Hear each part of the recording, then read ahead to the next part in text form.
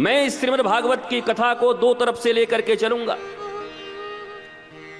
एक तुम्हारे पाले में गेंद डालूंगा, एक भगवान के पाले में गेंद डालूंगा, और मैं रेफरी की तरह देखता रहूंगा बैठ के कथा करते। हमारा काम है रेफरी बनना, अंपायर। क्योंकि व्यासपीठ पर बैठ करके व्यक्ति पक्षपात नहीं करता। व्यासपीठ पर बैठने के बाद व्यक्ति शास्त्र, संत, ईश्वर और जो सत्यवाणी होती है उसी का प्रकाश करता है। व्यासपीठ भी अगर चापलूस हो जाए, व्यासपीठ भी अगर तुम्हारे मन के अनुसार बोलने लगे, तो इस संसार में फिर सत्य को बोलने वाला तुम्हें कभी कोई मिलेगा नहीं। इसलिए व्यासपीठ से अपने मन की भाषा सुनने का भाव मत रखना, बल्कि ये समझना कि मेरा मन तो कलुषित है, मैं इसी कलुषित मन के कारण दुखी हूं। मेरा मन ही मुझे न जाने कहां कहां भटकाता है, अटकाता है। 7 दिनों के श्रीमद् भागवत की कथा का श्रवण अगर तुमने ठीक ठीक कर लिया, मैं ईमानदारी से कहने आया हूं और आप ईमानदारी से सुनने आए हो।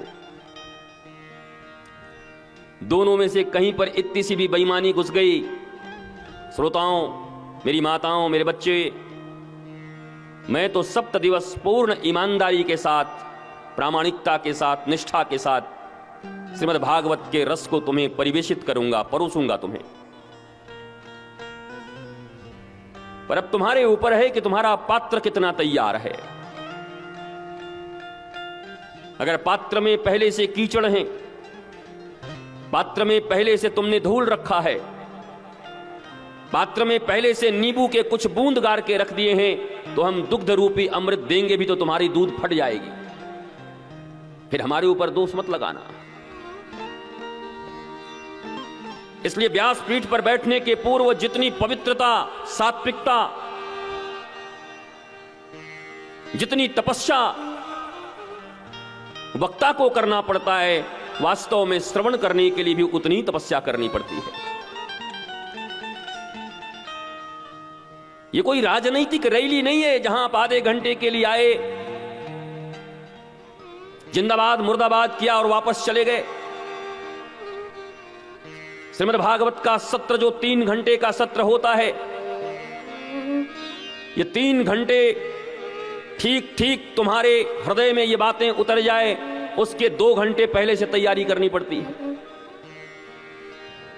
ये मत समझ लेना कि भागते भूगते आए, आकर बैठ गए, उसके बाद भी मोबाइल देवी के ऊपर बार बार तुम्हारा आंख जा रहा है, व्हाट्सएप के ऊपर में, फेसबुक के ऊपर में, और कथा भी इधर सुन रहे हो। मैं तो यूं ही कहूंगा कि बर्मन जी का और हमारा और यहां की जो आयोजक कमेटी है, समिति है, इस बस्ती के लोग, इतनी प्यारी बस्ती है,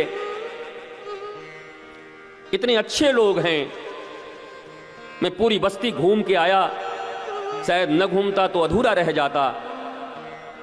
छोटे छोटे बच्चे, माताएं, सब बहुत अद्भुत और आनंदित, और वास्तव में धर्म भक्ति बहुत धनवानों के लिए है भी नहीं। वो तो जब चारों तरफ से उन साइको पेशेंट हो जाते हैं तब बेचारे आते हैं।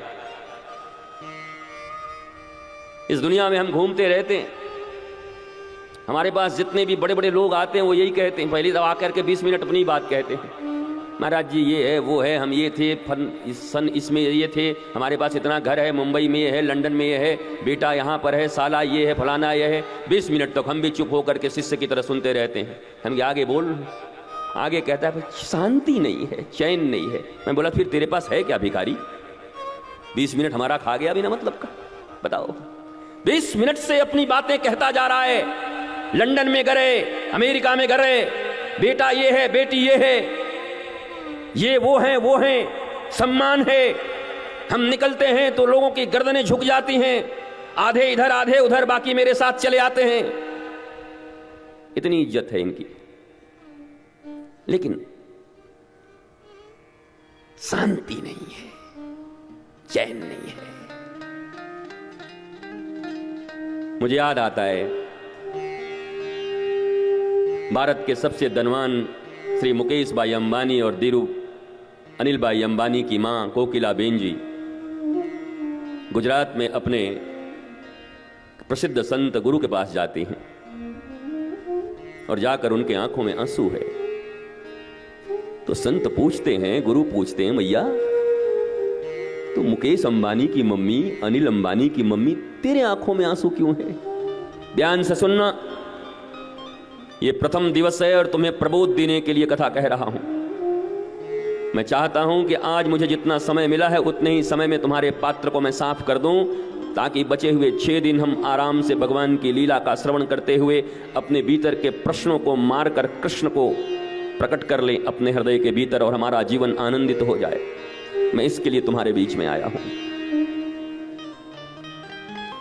मैं तो बहुत जोर शोर से लगा हूं, तुम्हें लगता है तुम ही प्यासे होगे।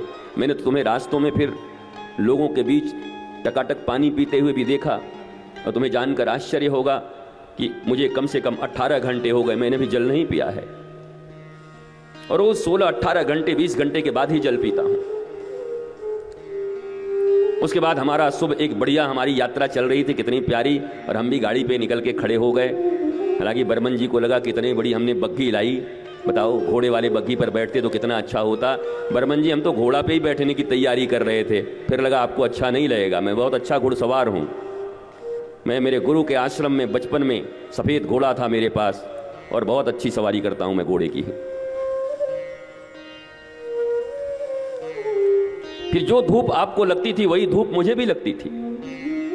फिर एक आदमी को दया आया तो मैया की एक छाता लेके आ गया, रंगीन छाता माता जी का। हमने कहा हटा दे भाई, लोग कहेंगे बाबा के पास छाता भी नहीं है, किसी मैया से उधार मांग करके ले लियो महाराज। वैसे कोई बुरी बात नहीं है। इस दुनिया का हर वीर, हर योद्धा, इस दुनिया का हर कलाकार, इस दुनिया का बड़ा सा बड़ा आदमी भी अपने माँ के आंचल के तले ही पल के बड़ा होता है, उसी की छांव में बड़ा होता है। मैया के आंचल से बड़ा आंचल तो कोई हो ही नहीं सकता भैया। भगवान को भी आना है तो मैया के आंचल के तले आना है। भगवान राम और कृष्ण को भी आना है तो पहले माँ का आंचल चुनना है। कभी कौशल्या चुनना है तो कभी देवकी और यशोदा चुनना है। रामावतार में कौशल्या और कैकेयी को चुना भगवान ने, और कृष्णा अवतार में भगवान ने चुना देवकी और यशोदा को। दोनों में बड़ी समानता है। इन 6 दिनों में इस पर भी चर्चा कर लेंगे एक दिन।